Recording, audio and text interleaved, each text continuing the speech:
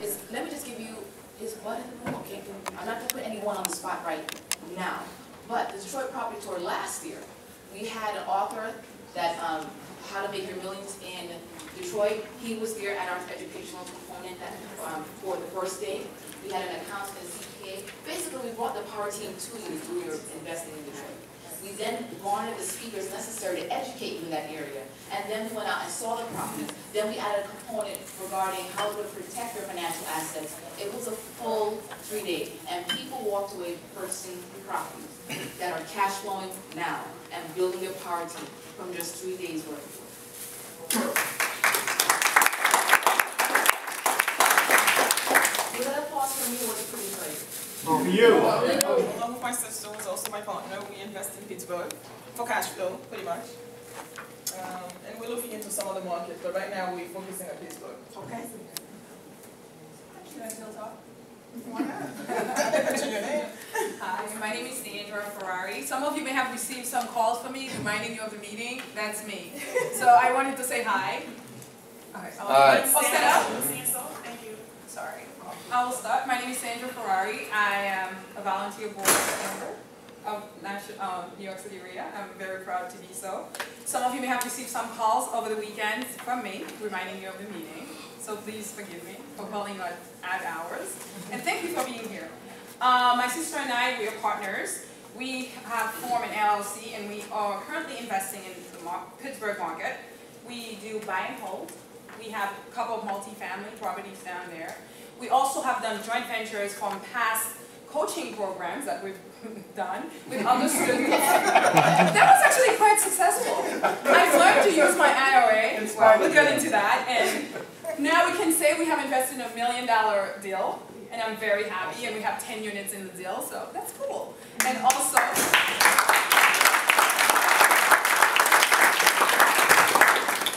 we also own our own property here in Brooklyn, and I guess landlords here in Brooklyn as well? I guess so. Yeah. Don't say that. Oh, that's allowed. We don't like to say that. We're actually housing providers. Thank you. Thank you. Very good. I'm Margarita Friedman, and I invest for cash flow in Kansas City, Missouri. And in Muncie, I invested, that's where I started doing rehabbing. And working now, I stay there to do the little houses for cash flow. And in New York City, wholesaling the 5 boroughs. So any deals that you have are in the buyer. Okay. So that's what I do. Hi, my name is Salim Farouki. I've been in the real estate business for just over 20 years. I started out as a commercial real estate broker. Over the years, I've sold over $150 million in different products, shopping centers, apartment buildings, warehouses, self-storage. Started to invest in real estate about 4.5, 5 years ago. Hold properties up in Buffalo. I really like that market. It's 18 colleges, constantly growing, so I like it for cash flow, and I've been investing there. I have a solid team in place with management, you know, handyman, you name it, I have it up there. And I'm growing my portfolio there. But over years, and also I've done quite a bit of fixing and flipping here locally, mostly in Brooklyn. We also have a small short sale division where we've been processing over 100 short sale files at any given time. One of my partners passed away, so it kind of slowed down, but we're rebuilding that back up. And I've looked at the sheets, you know, financial sheets of investors that have helped them invest, and their millions became a lot more millions. And I'm at a point where I'm now looking, putting together partnerships where I'm investing in 150 units and up. And in multifamily, I love the multifamily game, so I'm doing that. I also have a broker's license in Oklahoma, and I really love that state. It's an emerging market, and I love Texas, and I've lived both in Texas and Oklahoma.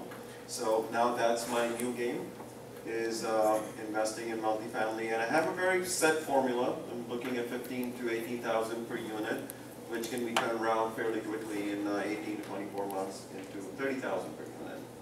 And you know, that's where I am. It's just a lot of fun, and it's great to be here. I've been a member since about 7 months, and I don't know why I haven't been yet.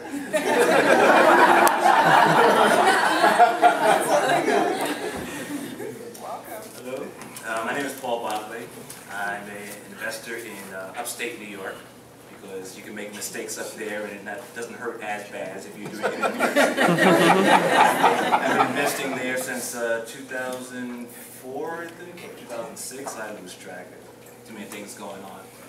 Single families right now, but I really want to get into multifamilies. I'm not looking at anything less than a duplex, because the amount of effort that you put into a duplex or a multifamily is the same amount that you put into a single family. It just has more tenants to it. That's my story so far. So we want to talk about first some good. Give us a good investment that you made, or something in the good category. Yes. Well, may I start? Is that all right? I didn't want to take the forefront of this, but the first thing I wanted to say is being here in the RIA. If I tell you that the properties that I found was through a member here in the RIA, you will not believe it. So just, what is it? I forgot how much we pay because we like a partnership. I think it's really worth it. That's how, no, it's true. That is exactly how. By talking to other members was through networking. He's not here tonight. Then he's not here. Somehow he disappeared. He's from Jersey. Well, that's another story. In any event, while networking, and I asked him, where do you invest? And he said, well, I invest in Pittsburgh. I said, why? He said, cash flow. And I told them that this was my criteria. I was looking cash flow for primarily something to supplement my income. And he says, well, I do tours in Pittsburgh. Do you want to come? I was like, oh. Eventually, we decided when he was going to have the tour, we decided to go with him. It was like the best thing ever. I have never set foot in Pittsburgh in my entire life, and I've traveled all over the world, but not Pittsburgh. We went there. Too close, that's true. We went there, we looked around, and guess what? He invited so many people here. Do you know how many people showed up? Only my sister and I. So it became a private tour. We had 3 realtors that took us around. We went to the Chamber of Commerce and spoke to those, I call them top people. And unfortunately, I was wearing jeans, like vacation clothes. I felt so embarrassed. We met with the studio officials. We went around, we had fun. We went to drinking afterwards. The next thing I know, I'm investing in Pittsburgh. I would say being here. After how many drinks?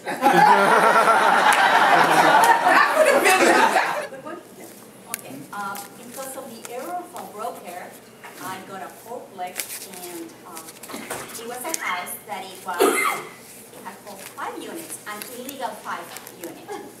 So, okay, it's a fourplex. And after several months, I get from the tax people that I haven't paid 2 houses adjacent.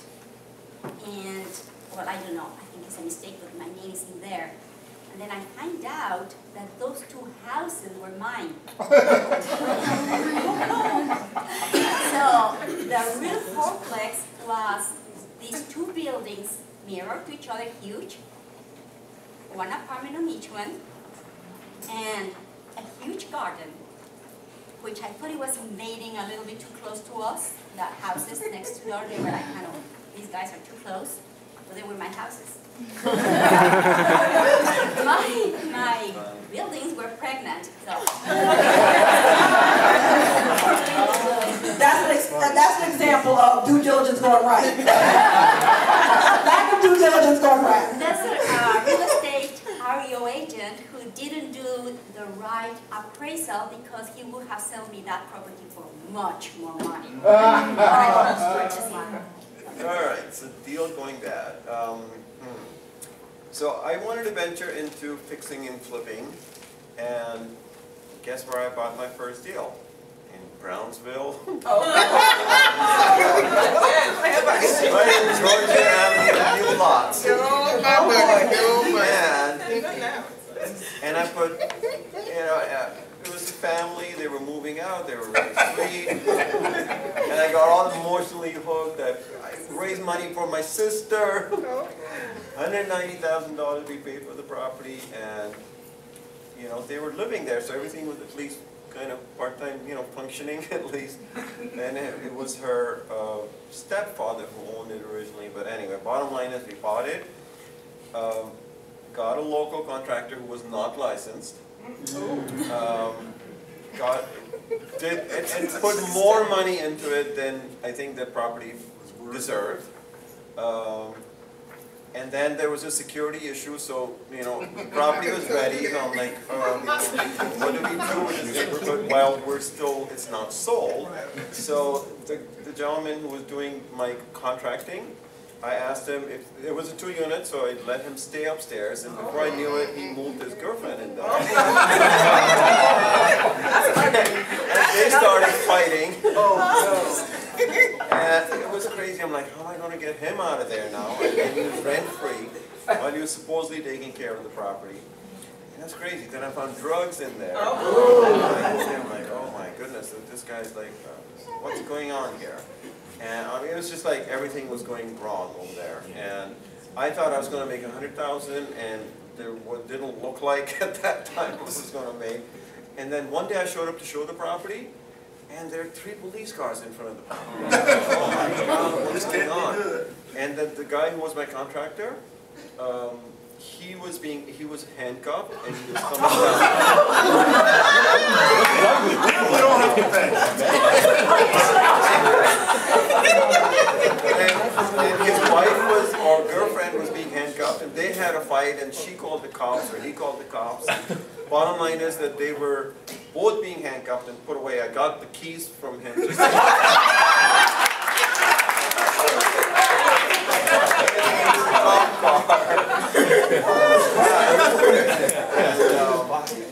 But the good thing is, once he was gone, he couldn't come back.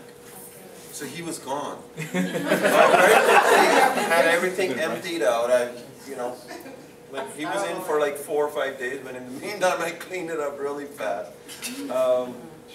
And it was crazy. It was a nightmare. We were like, and it was my sister's money, and we told her we had 6-month money, and we were giving her, God, how much, 24% return on the money. We calculated it at 12, but it was 24. I mean, it was 12, but in 6 months it was really double.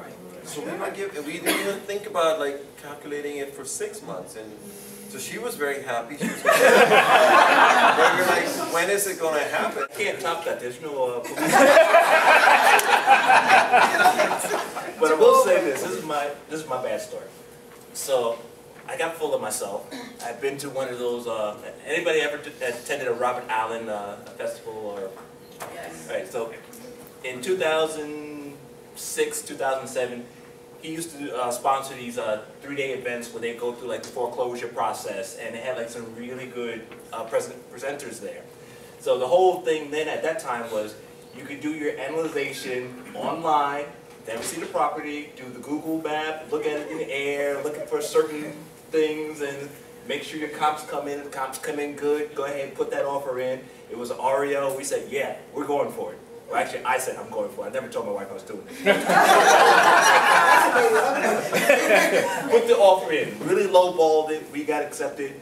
So we go and finally look at the place. It's gutted. There are no pipes in it. Go down to the basement. The floor is dirt. And while she's yelling at me, I said, but the cops are good.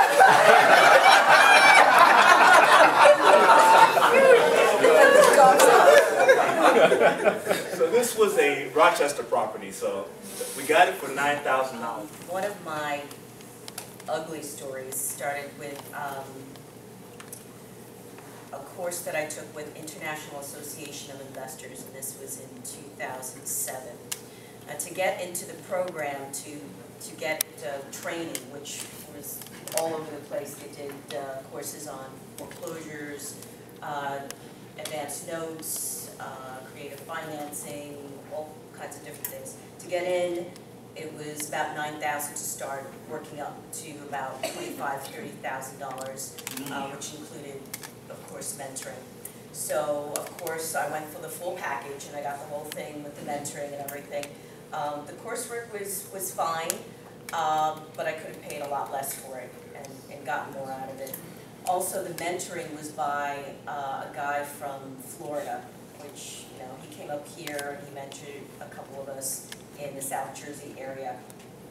One of the places that we looked at, and I didn't realize this until much later, was the section of South Jersey which was full of gang violence. So they were showing us properties basically that we were gonna get into trouble with. Because, well, one, we weren't from the area, so we didn't know, and two, we're probably gonna lose money on it. Anyway, so, this particular mentor, a couple of months later, came to me with a deal in Atlanta. And I would have to invest a certain amount of money, and, you know, I would get money at the end, and there was this, that, and the other thing. And I was working really hard, I was really busy, and I didn't do my due diligence. I got into the deal never closed, the guy ran off with my money, and to this day, I have a promissory note, which who knows if I'll ever get paid. So that was, altogether, that was over a $70,000 loss. Wow. So that's my ugly story. Now,